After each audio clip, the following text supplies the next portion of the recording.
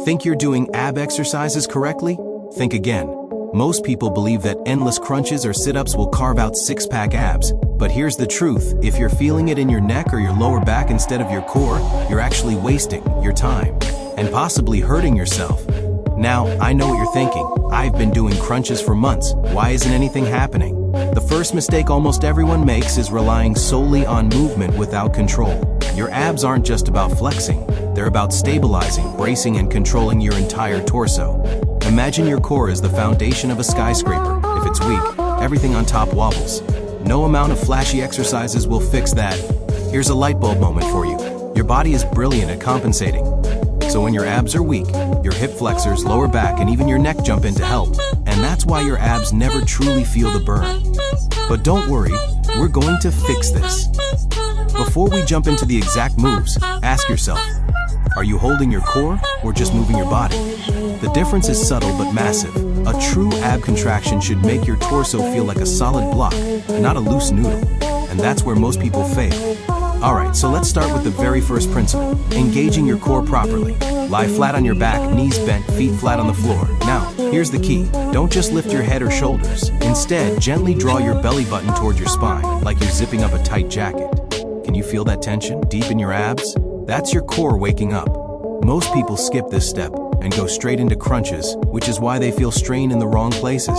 And here's a tiny secret. Even holding that engagement for just 10 to 15 seconds at a time will teach your body how to brace correctly. Think of it as training a muscle that's been asleep for years. Later, we'll layer on movement, but for now, focus on feeling it, not just doing it. Ask yourself, if your abs aren't working while you move, what's even the point of the exercise?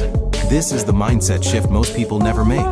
By the end of this video, you won't just be doing ab exercises. You'll be doing them correctly, safely, and efficiently with results you can actually see and feel.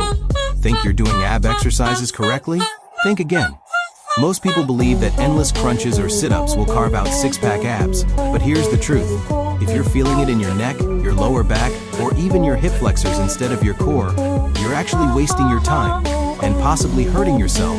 I know what you're thinking. Wait, I've been doing crunches for months. Why isn't anything happening?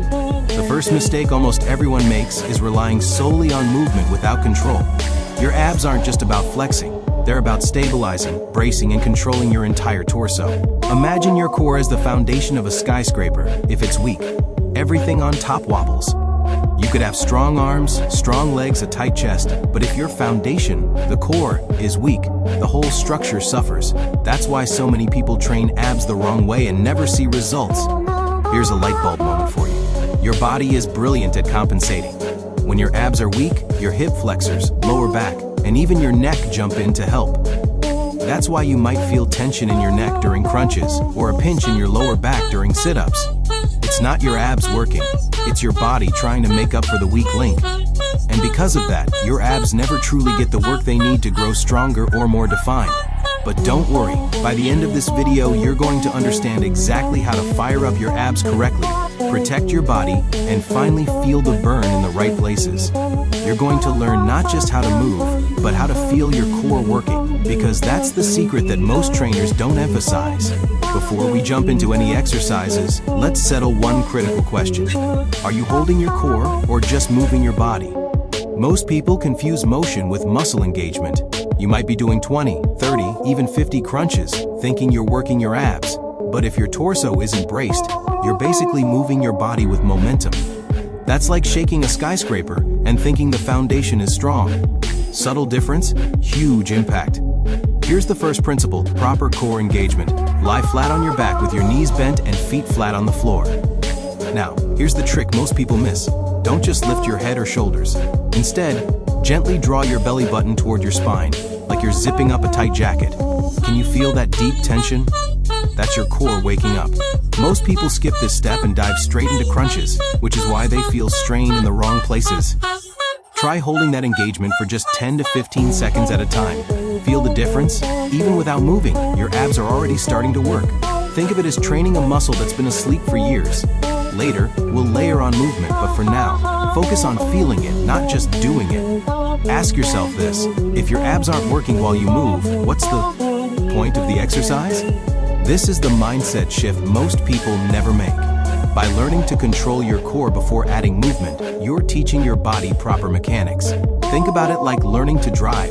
You wouldn't just slam the accelerator and hope the car goes straight. You learn to steer, control the brakes, feel the clutch. Same idea with your core. Master control first, then add complexity. Now here's a common mistake everyone should know about: the neck crunch. Most people, when doing crunches, pull on their neck to lift their shoulders. Not only is this inefficient, it's downright dangerous. Imagine trying to lift a heavy box by pulling only with your arms while ignoring your legs. It's awkward, painful, and ineffective. Your neck isn't designed to be the engine of your core. It's just a passenger. The abs should do the work, not your cervical spine. Another mistake, the hip flexor takeover. You might notice that when doing a sit-up or leg raise, your thighs feel more tension than your abs. That's your hip flexor stepping in because your core isn't engaged. It's not your fault. Your body is smart, it's just compensating. But it also explains why you might feel sore in your lower back or thighs while your abs barely notice. Here's a mini aha moment. Your abs don't need to move a ton to work effectively. Small, controlled contractions, done with perfect engagement, often beat fast, sloppy reps. Quality over quantity. Think of it like painting a wall. A careful, precise stroke covers more surface evenly than frenzied splashes. Now, let's talk breathing because it's often overlooked. Most people hold their breath during AB exercises or exhale too late.